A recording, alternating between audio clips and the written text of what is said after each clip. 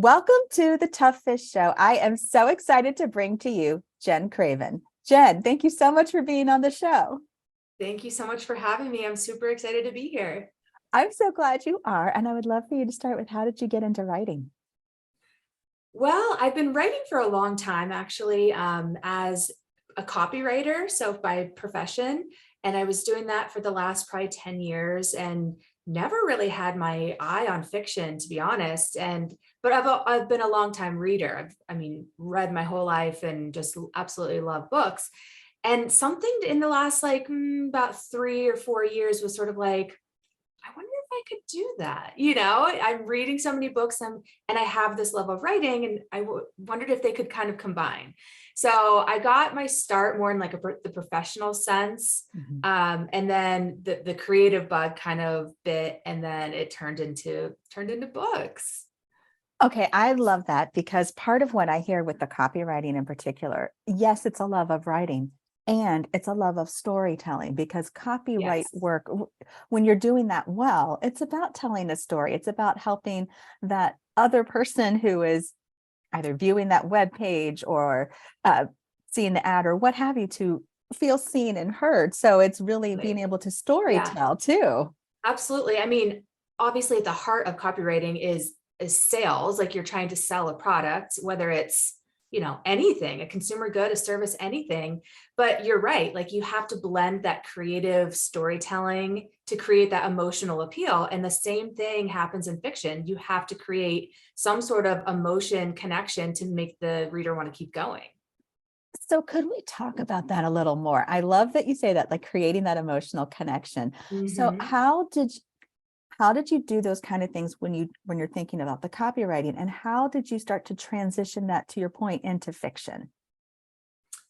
I think I just always try to ask myself, like, what would I want to know? If it's copywriting, I'm like, okay, what would I want to know about this product, or why do I need to have this product in my life? And that's what good copywriting is. It creates like a need that you didn't know you had.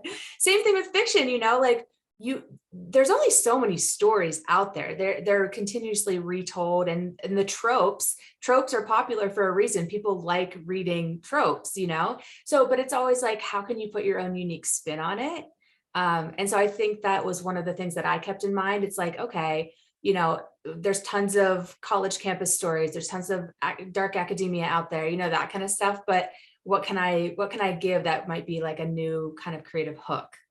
Yes, I love that. I love that. And I know another facet of what because you've written in multiple genres, but one Yes. facet of that is upmarket. Would you talk a little bit about that, and how that shows up in the writing? Definitely. So upmarket is kind of like this unique genre that sits somewhere between commercial fiction and literary fiction. So it blends the two really well, meaning that you've got that character driven, development plus plot.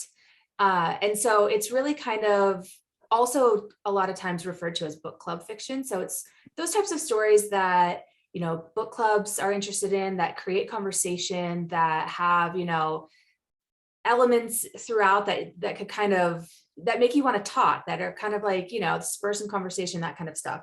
So that's what Upwork fiction is to me. I know it's kind of a little bit of a gray area, that authors are a little kind of like, I'm not sure what this means.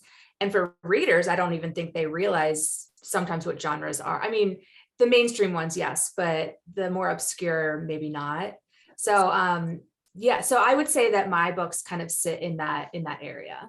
But Jen, that really, to me, that lends itself to going back to the copywriting. You don't know that you need that until you saw the story and how you connected into it, that emotional pull. That's that Hmm. conversation. The copywriting is like the start Yes. of the conversation for the audience on the other end to Right. go, I am curious. Can this help? Is this more? What can I learn and explore or delve into it? Which is what you're implying and suggesting, really, with Yep. upmarket, in the sense that it's where the book has created, like, the start, the writer has created the start, but then the conversation can continue, not just from one reader saying, hey, go read this book and let's talk about it, but a book Yeah, club kind of thing where we totally. literally sit down and have conversations. So that's really Yes. cool. I love how you've blended all of that. And I think a lot of books in that genre too, either touch on something that's like timely in culture or even some hot button issues, that and those are like conversation starters. That's what people like to talk about or debate or, give their opinions on. So yeah. I think that's really cool. So, but the first set of books you wrote were historical Yes. fiction. Right. I did. I started in historical, which I is a genre that I love to read. And I thought that's where I would stay in terms of my writing. And then my latest book, which just came out in August, is a contemporary story. And when that idea came to me, it hit me so hard. And I was just like, oh my gosh, I'm obsessed. This is where I want to be. This is like totally my lane, which again, I still love historical, and who knows, maybe down the road I'll write something else historical again. But I think it does take a couple books. And from what I've heard is that authors say it's usually like your third book is when you kind of find your sweet spot. And so that's totally what happened for me. I love how you put that. You kind of have to find your book, and you're right. But the thing Yeah. is that you have to start, and you Yeah. have to get through that first draft. You have to get through the second, the third, however many iterations it takes, plus getting it through all the wickets to hit publish, and then Oh talk yeah. about it, and then be willing to do it again. So, to your Yeah. point, that's such a big accomplishment, and it also shows perseverance. What was it about historical fiction that drew you in, and then what helped you to kind of start to pivot to get Mhm. to contemporary? The first thing I wrote, the first book, was really like a family project. I did it for my family. It's based on my great aunt, so it's kind of like a fictionalized biography in a way of her. And she led this amazing life. And she contracted polio as a toddler in the 1920s, which was kind of almost like a death sentence at the time, and in terms of like longevity and lifespan and ability. And she went on to do amazing things. She worked in Washington, D.C., and really kind of like broke a lot of barriers for women at that time, all with her handicap. And so that's kind of like I was doing a lot of research during that time period and talking to my family and all of that. And then my second book, which was also historical, was around the 1940s. And so I just kind of like love old stories and old time periods. And like I said, that love is still there, but it was just an idea. When an idea comes to a writer, I think it's hard to ignore. And it's one of those things where you're just kind of like, okay, I can either keep like trying to push this out of my brain, or I got to do something with it. So for my third book, when the idea struck, I was like, let's get some stuff done. And you're right, it was a complete pivot. But at that time, I was still early enough where I didn't feel like it was like a major brand shift. I wasn't like some, career established author yet that was all of a sudden doing a 180 that would kind of like throw off my readers. I'm still young. I'm still new in this whole, arena. And so I do think that I'm still kind of like finding my way. And with this book, I feel like this is where I'm going to stay. I love that. I love that so much. I love how what you're demonstrating too and talking about is that openness to let your curiosity and creativity be a guide. So, Yes. so let's talk about making that pivot. Hmm. When you just said, okay, I have this new idea that just Hmm. won't stop talking to me, just won't Yep. stop, niggling. How did you set out to write it, knowing that you were setting out in a different genre? Because you knew that it wasn't historical fiction, yet Right. you might not necessarily know what to call it yet in the genre. So how did you start making that shift? Sure. Yeah. And not only that, though, not only switching genres, but this was the first time that I was going to take a stab at multi POV. So writing multiple perspectives and also first person, whereas my other two were third person. So it was literally a complete change, a complete shift, but it's just what felt right. And I had to really trust my gut. And so that's what I did. And I just started writing, and I really tried to not overanalyze and not question myself, not compare to the other books. I just was kind of focusing on this one project and letting it go where it was going to go, not, regardless of thinking, oh, but what it, or how does this look next to my others? I was kind of like, no, let's just give this all my energy. And I'm glad I did, because I'm so thrilled with how it turned out. Okay, now let's go into some of this a bit more too, because I love that you said that you switched things, including like point of view, Yeah. literally moving heads and moving between three heads and Yeah. being in first person. That's so would you talk a little bit about that and how did that come together? Because I can think of a few ways where that might have shaped to get to the end result. So would you talk through that process in a little bit more detail? I really didn't have, I didn't really ask myself like, okay, which perspective should I write this book? Or, which person, whatever. It just literally like came to me. And honestly, I don't know that that's like normal all the time. I don't know. This one, the vision for this book just was very clear from the get-go for me. And I know that that might not be the case for a lot of writers, and they might have to ask themselves a lot of those questions. And I've heard authors say like, oh, I'll maybe write the first chapter in third person and in first and see which one I like best. For me, it was just like clear that I wanted this to be like a very close first person, in these characters' heads sort of thing. And I just went with it. And I was a plotter. I plotted it out. I used Post-its for each character, color coded, and had them all up so I could visualize, because it was like a big picture sort of thing. And it helped me keep everything straight, and I could move, chapters around or scenes around if I wanted to. But yeah, that's kind of like the process that I took. And I just went chronologically because that's the type of writer I am. I just went straight through the book, and but I kind of knew where it was going the whole time. So that was nice. Okay, so you have spoken a little love language to me because I like paper and the fact that you have Yeah. multicolored post-its going on and to because what that's telling me is that's understanding not just, I'm going to call it a straight shot, the linear shot of start Right. the book, finish the book. But what it's also doing is showing the arcing of all the characters, because Mhm. some little post-its are showing up in some places and you're showing where they intersect, where they're alone, Yep. how they're intersecting. So my mind has this beautiful little picture of all of these post-its. Yes, I know. And it was the color coded was huge for me because then I could see, was there a balance? Not that there has to be like a complete equal distribution of characters, but I wanted it to be relatively close. And so I could see, yeah, like, oh, I have too many of her here, too many of this one here. But, in addition to that, I draw like an arc on a piece of paper, the whole, the curve, the character development, and, plotted those out and then kind of lined them up to see like, are they meshing well? And all of that kind of stuff. So yeah, it's if you're a plotter, then these are the types of things that you like. If you're a pantser, you're sitting here going, what? Like, what is she talking about? Just sit down and write. But that's not how my brain works. I'm very much a planner. That's okay though, because to your point, everybody has a style that once they figure out what that is, and it might be different for each book even, Yeah, but totally. what I'm hearing you say also is understanding for you, like I see this arc, I know where I'm trying to take them, and you're still allowing the characters to kind of to bump up against it and each other to Mhm. create their own tension and conflict and such, so Right. that there's some fluidity in between the pieces, but it's still we're still on this path, kids. This is where we're Yeah, definitely. I mean, yes, I love to like plot out the big moments, the big plot points, and that, and to have a general sense.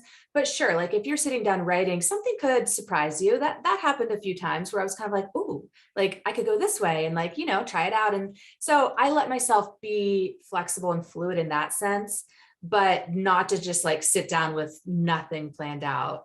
That would just like that's way too much anxiety for me. understood. Yeah.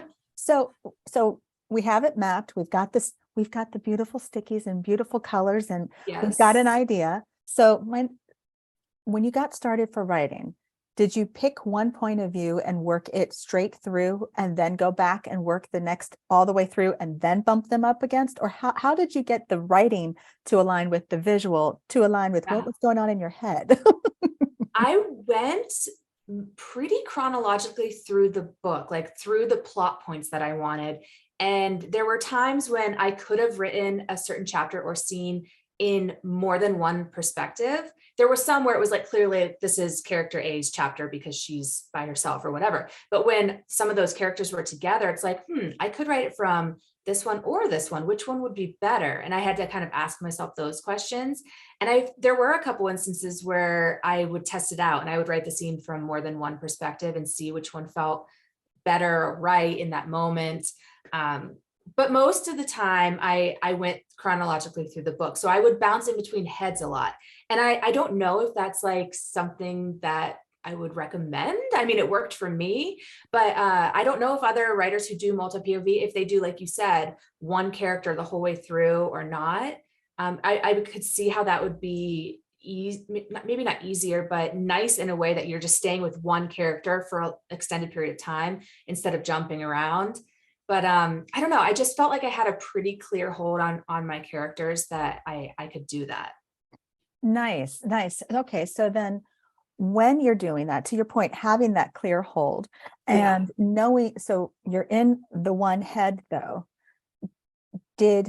how did you like refine the nuances? Meaning that, so you've written your chapter, you know the head that you're in, but yet to give it more strength, you might need to include some others, but you're trying to honor no, I can't, I'm not third person, I'm first. So I know that is really tricky. And one thing that I got from some of my critique partners' feedback on early drafts was making sure that the voices were distinct enough, because all of the characters, not all, but the three main protagonists in my book are female.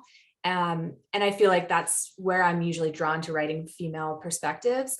And the two mothers are basically the same age. So there wasn't a whole lot of like stuff to differentiate them because, they're partners living together and they probably have a lot of commonalities. So their voices could sound very similar.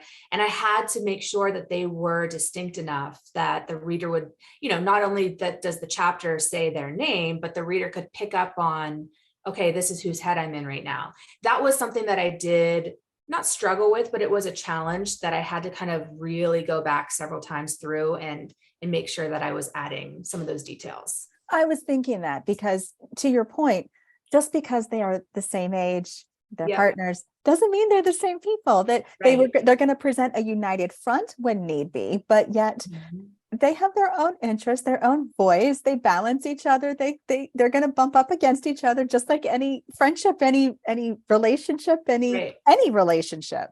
So I mean, I love that you have said that, where you really honed in to kind of get clear of each character so that she stood out, and so that when you're reading, you feel her versus just, I know the name and I know she's different than this one.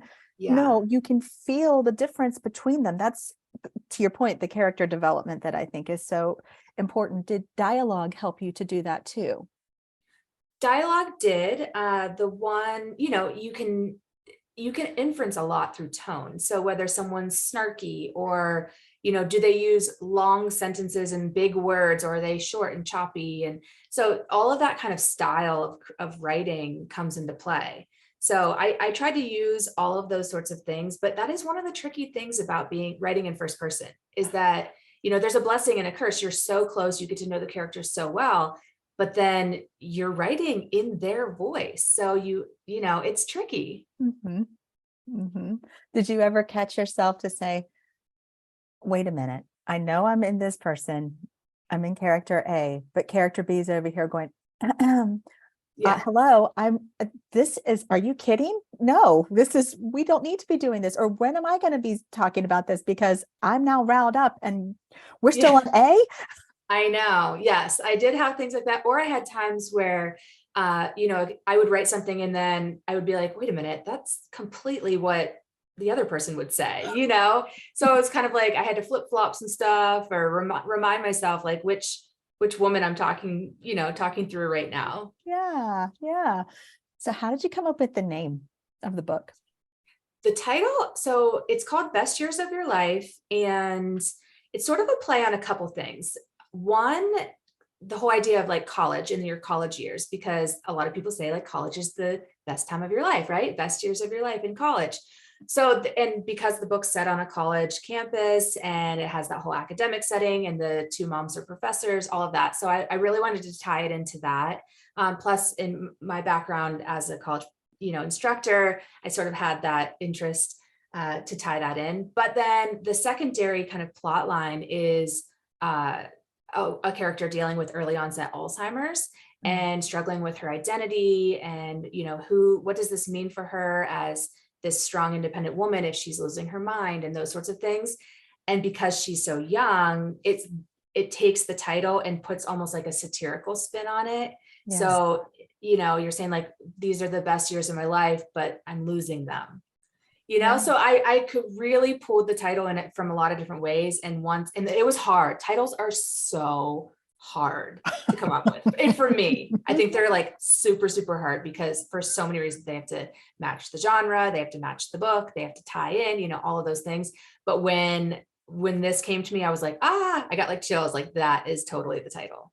Yes, I know what you mean. Like when that title, when it just hits and there's just something that deep knowing inside, or you just feel it and you're like, it almost feels like a little yes. And I had like a running list of, alternatives, and I was toying back and forth or this or that. And I asked a few people's opinions and we all sort of agreed, like, this was definitely it. And now when I look back at that list, I'm like, I can't even imagine if I would have used that, that title instead.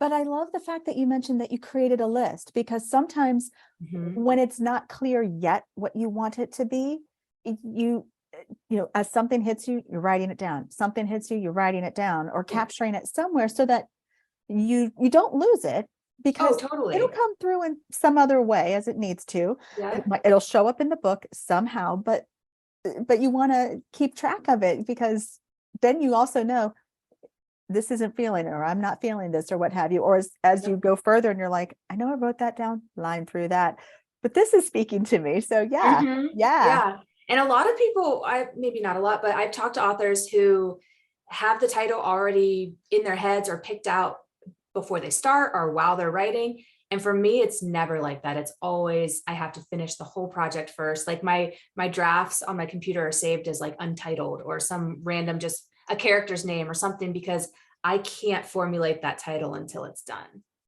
No, but I like that too, that you're also saying, as I'm interpreting this, you're giving yourself permission to go, I'm not going to let this part be in the way of what I need to do. So if I need to, as it hits me, it will come, but I need to keep writing on what this is, and that title will show up. Or if I need to give it a title so I can obviously keep various whips and straight, fantastic. But it's okay that it changes.